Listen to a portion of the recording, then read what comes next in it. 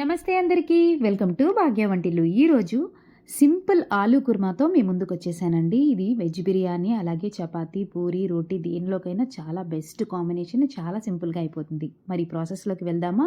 ప్రాసెస్లోకి వెళ్తే స్టవ్ మీద కళాయి పెట్టి కొద్దిగా ఆయిల్ వేసి, ఆయిల్ వేడైన తర్వాత ఒక చిన్న ఆనియన్ చిన్న ముక్కలుగా కట్ చేసి, అలాగే 2 పచ్చిమిరపకాయలు, ఒక పావు చెంచా జీలకర్ర వేసుకోండి. ఇదంతా బాగా ఫ్రై చేసుకోండి.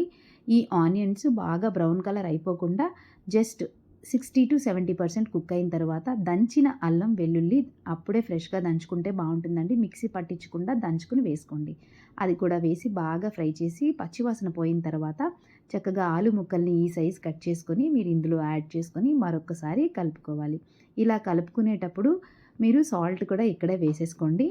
బంగాళదుంప ముక్కలకి సాల్ట్ కాస్త పట్టి త్వరగా వేగుతాయి. అలాగే ఇలా ఒక్కసారి కలుపుకొని మూత పెట్టి మగ్గించుకుంటే మనకి దుంప బాగా ఉడికిపోతుంది.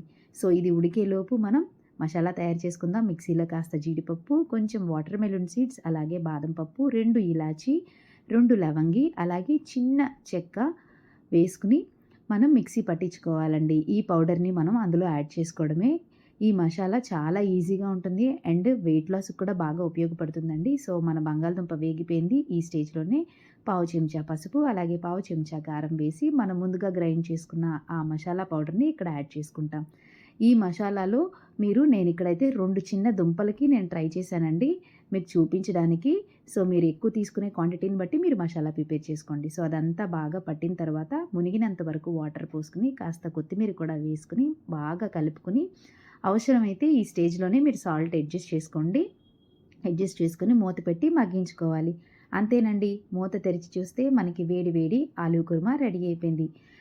ట్రస్ట్ మీ, మీకు చాలా బాగా నచ్చుతుందండి. ఒక్కసారి మీరు ఈ విధంగా సింపుల్గా ట్రై చేసి మీకు ఎలా కుదిరిందో నాకు కామెంట్ పెట్టండి. ఖచ్చితంగా మీకు అందరికీ నచ్చుతుందండి. బంగాళదుంప కుర్మా అంటే చాలా చాలా చాలా ప్రాసెస్లో చెప్తారు కదా చాలామంది. సో అలా కాకుండా ఇలా సింపుల్గా అండ్ వెయిట్ లాస్కి కూడా మనకి బాగా ఉపయోగపడుతుంది. వాటర్ మెలన్ సీడ్స్, బాదం సీడ్స్, అలాగే క్యాష్యూ సీడ్స్ వల్ల మనకి మంచి టేస్ట్ వస్తుందండి. తప్పకుండా ట్రై చేస్తారు కదా, ట్రై చేయండి. ట్రై చేస్తే మీకు ఎలా కుదిరిందో నాకు కామెంట్ పెట్టడం అస్సలు మర్చిపోకండి. నా ఛానల్ ఎవరైనా ఫస్ట్ టైం చూస్తే ప్లీజ్ లైక్ చేయండి, షేర్ చేయండి, సబ్స్క్రైబ్ చేసుకోండి. మరిన్ని వంటల కోసం నాకు కామెంట్ పెట్టండి. ఖచ్చితంగా నాకు కామెంట్ పెడతారు కదా. Thank you all.